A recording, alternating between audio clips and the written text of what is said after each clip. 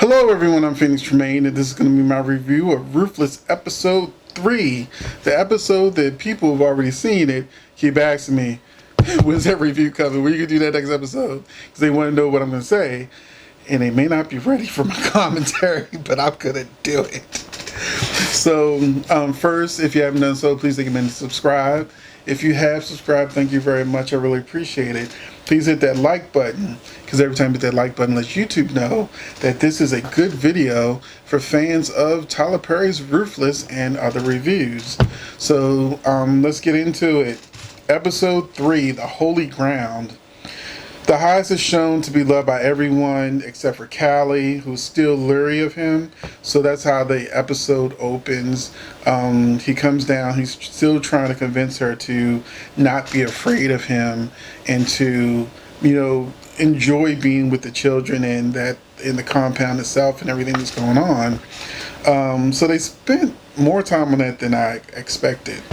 Brian interaction with the doctor wasn't good because for some reason, I don't know why Tyler does this, but when he casts doctors, like I'm going by the have and have nots, those conversations are always difficult to watch because this actress, I'm sorry, but it was bad. That dialogue, it's a stunted dialogue where they don't talk like normal people. It doesn't flow. Watch the scene again. It's just the It's like the back and forth. There's too long of a pause. That's not how people talk. And for some reason, when I would watch the have and have nots, and somebody was in the hospital, the doctor's attitude would always generate that type of stiff talking.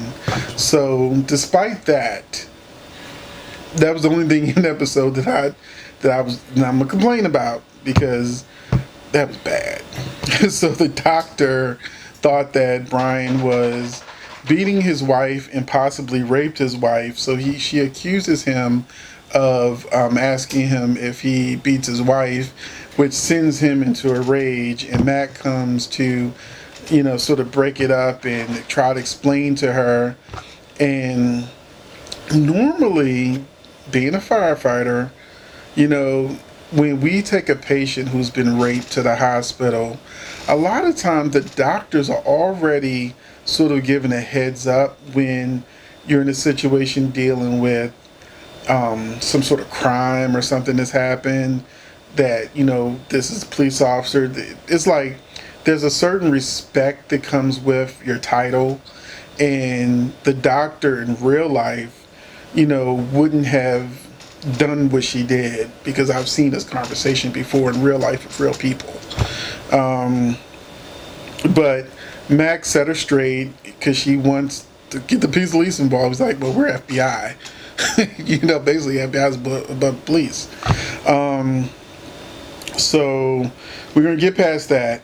And then we have Tally telling Andrew about Andrew brings her food and drink, and she doesn't want to drink it. And this is something I'm glad that Tyler, he didn't pack it all in the first episode, but slowly but surely we're learning the different ways that the highest and his elders are controlling people, and that Andrew hasn't been himself because he's been drinking the water and eating the food so much that he's become susceptible to always feeling good around these people because he's on drugs, even though he didn't realize it. So she doesn't want to eat the food. She doesn't want to drink the water. She also tells him that the highest is gay, and that when he's cleansed, it means he's going to be raped. And she explains, and it kind of explains the vibe that I was getting between the highest and his different guys. Like the way they praise him, I understand that because people do that with straight up preachers.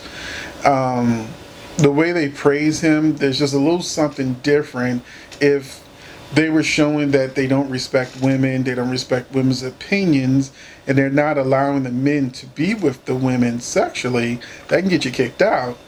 And so I wasn't surprised that the highest was gay. What surprised me was that the highest wasn't bisexual, because one of the ways that these cult leaders control people is through sex, because they'll have sex with all the women. They'll get as many of the women pregnant as they can. The other men in a cult, it's like you have to get permission to get some, just like Tyler has on the show. But usually, the cult leader is screwing all of the women and even the children. So even if the children's his own daughter, his 12-year-old daughter will be pregnant like all the rest of the women. So that's one of the things that a lot of these cult leaders do. So even if they do mess around with the men, because that happens a lot too, a lot of times they're not gay. A lot of times they're bisexual. So saying that the highest was just straight up gay is what kind of caught me off guard. But I expected some bisexuality, and because we didn't see any kind of gayness or anything in episode 1 or episode 2, I knew there was going to be a gay character in there somewhere. I didn't know it went straight to the top. So Lynn tried to warn him what the cleansing meant, and they kept mentioning cleansing, and I suspected that's what the cleansing was. There's even an African movie about a rite of passage for these certain warrior guys, whatever, and part of it is rape. Unless it's consensual. I guess it depends on the person. But yeah, those things happen in real life all the time. Lynn wakes up in the hospital, and she has happy memories about being the highest while she was high as a kite, until she discovers she was drugged and raped. And then she's like, well, wait a minute, I don't remember having sex. So my big question is, now, clearly she didn't want a rape kit or anything like that, but my biggest thing is, who raped her? Was it gang rape? Was it one person taking it upon themselves? Was it Andrew? Because Andrew, he's getting it from Tally, but he also was like, look, I need to get this thing off. And the car's like, oh, wait till you're cleansing. I also tell you when you'd have sex. This is my, mustache twirl. Like Snidely Whiplash. Which will be in a Scooby-Doo movie. And, so she discovers she was raped, and immediately I'm already forecasting what's going to happen, because she had that vision of her child being killed, and she had mentioned she had an abortion and she didn't want to have the abortion, and I know she's going to get pregnant. That's got to be the next thing coming up, because there was no even reason to mention that she had an abortion she didn't want if she's not going to end up pregnant from this rape and then not want to have another abortion. So I'm predicting this early. Episode 4 is not till tomorrow, but I'm predicting this early that Lynn will be pregnant. Let me see. And let me see. Now, I'm gonna save the cleansing scene that Andrew saw for last, because that's the thing that people have been asking me to talk about the most. So I'll save that for last. Tally tells Ruth that being an elder means she'll do a ritual where she is gang raped, and that her children are going to be sex trafficked and raped as well. Ruth has been drinking the Kool-Aid for far too long, because it just goes right over her head. And Tally is really one of my favorite characters on the show, and I kind of feel like she's going to get killed off. So mentally I'm preparing myself that Tally won't be on the show for much longer, because she's trusting in Ruth, who is looking like she's clearly in love with the highest, and everything she says is like, hearing it from God's mouth to her ears, and she wants to talk to the highest. Now, I don't know if she'll talk to the highest before her cleansing and she ends up getting gang raped and find out she's telling the truth, or if she's going to snitch before the initiation happens and she'll tell the highest, and this is going to get Tally killed if she doesn't somehow, some way escape. Fingers crossed for escape. But yeah. So these scenes between Ruth and Tally just had me feeling like you're gonna die. Also, don't think I didn't notice, Tyler, that you also keep mentioning that you can't trust anyone. That they keep saying that, and that I think I remember hearing that there was more than one agent that was put into the cult that they hadn't heard from, and Andrew was like the latest one, and now they're trying to send in another person. So I'm thinking we're also going to get some reveals that some people that we think are bad guys are actually FBI agents. They're good guys, and I'd be really shocked. It would be a great twist if Daikon was actually an FBI agent, and he's actually one of the good guys. That would be really a really interesting twist. We'll see. We'll see. But let me keep going forward. Tally tells Ruth about the rape. Ruth is all in with the highest. She even talks back to the elder mother. I think that's going to come back to haunt her too. I think the elder mother's probably going to figure out a way to get revenge on her. Ruth is praised during the highest prophecy, while he also downs women, saying they aren't as smart as men, and he embarrasses Tally in front of everyone, making her saying that she stole a truck without any context about how or why it happened. And he also has Ruth tell her testimony, basically, about how she was a prostitute, those kind of things. And then she's praised now, because she has now become one of the Ragadushis. So I'm just noticing a psychological play, which is good writing. So thank you for that, Tyler. It makes it more interesting amongst the character dynamics. He gives a speech on the white man and how they're coming to try and take them away and destroy what they've built.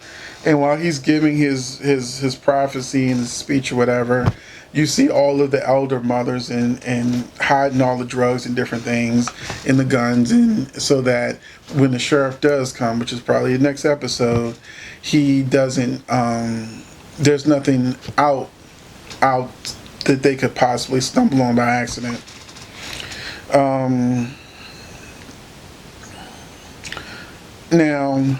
Now we can talk about it. Now we can talk about the last part of the show. That happened in the middle of the show. So Andrew saw for himself walking by. I guess he heard some grunting or something, which inspired him to look into the window after hearing what Tally had told him about his cleansing is going to be him getting it up the butt. He sees it for himself because the boy who they had locked in a cage and claimed he stole his car, about to send him to jail, stole the truck, about to send him to jail. He was having sex with the highest, and I knew that was happening, but I honestly thought that it was going to be Daikon that he was having sex with, because he's so involved with him, and like he loves him. I think he loves him in almost like a Smithers, Mr. Perns kind of way. And what we saw when we got a peek through the curtain was the highest was a lazy fuck. Let me just put it. Let's just put it out there like that. He was just standing there while the boy was backing it up. Oh man, he was just standing there like a lazy lay, and I know some of you can picture that if you haven't seen the episode yet,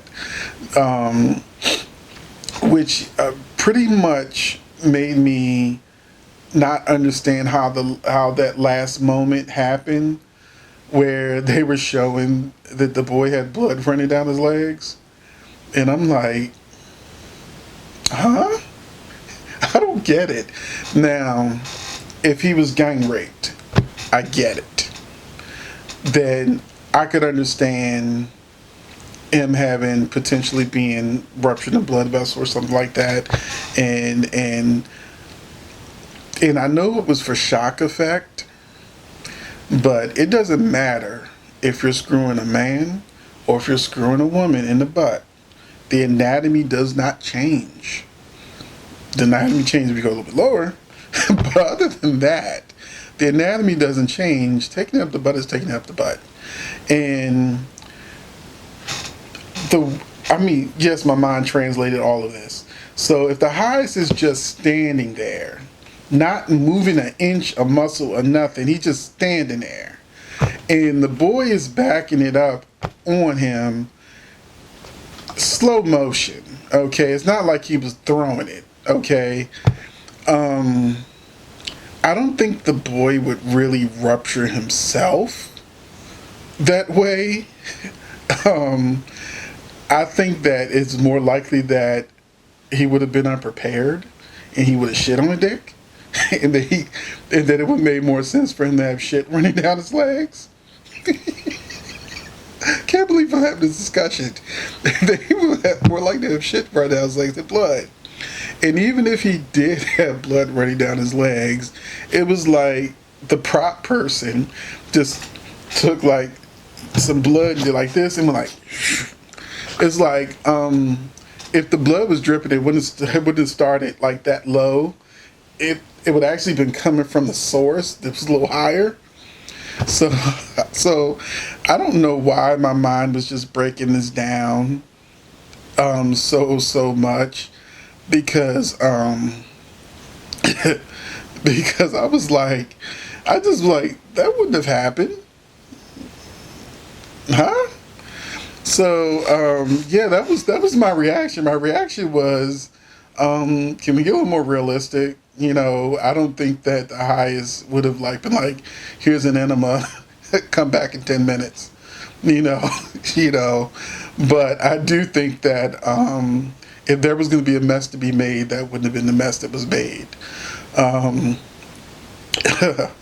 And Andrew throwing up, I was like, did they get milk or something for a projectile? And I thought it was a little bit much the way he threw up. I can understand him maybe clenching his cheeks or something.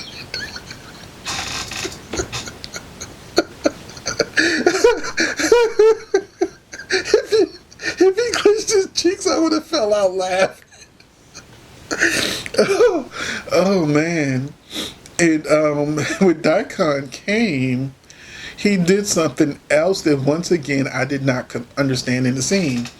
So when he went to the window and saw what was going on with the highest, I'm like, oh, he's going to close the curtain.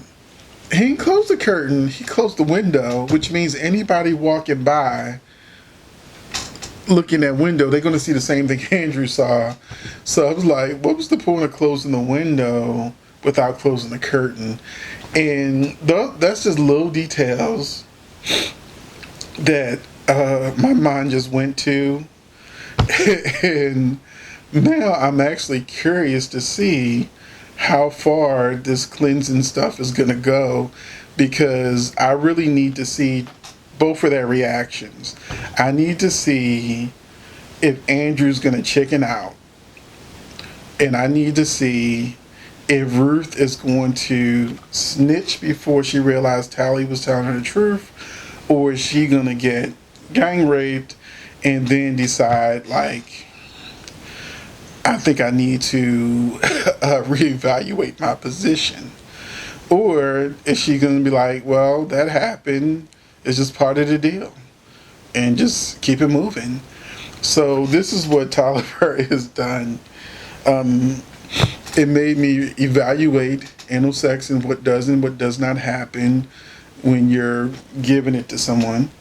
And it made me evaluate like what reactions would Andrew and Ruth both have if they're put in the situations that Tally has laid out for them. And my biggest question is, will Tally survive this situation?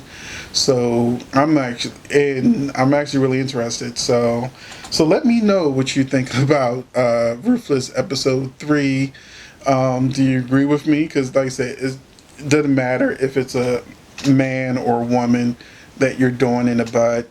There's just certain things that happen and certain things that don't happen. So let me know what you think in the comment sections about that little thing, which is what people want me to talk about the most. And I'm still hooked. I can't wait for tomorrow, so I can watch and review the next episode. And I am going to review the Oval season, the first half of season 1. I got a little bit of time because the next part of the second half of season 1 doesn't start till like May something. So in the meantime, I'm debating whether or not I'm going to binge watch Sisters, because next week is the season finale. And if I'm going to start reviewing Sisters 2, then I'm going to need to catch up. But that's a lot. That's a lot. It's like 21 episodes I have to watch. There's a new one tonight. So I've got to watch like 21 episodes just to do really one review. And that's it. Thank you for watching. I'm Phoenix Tremaine, and I will catch you in the next video.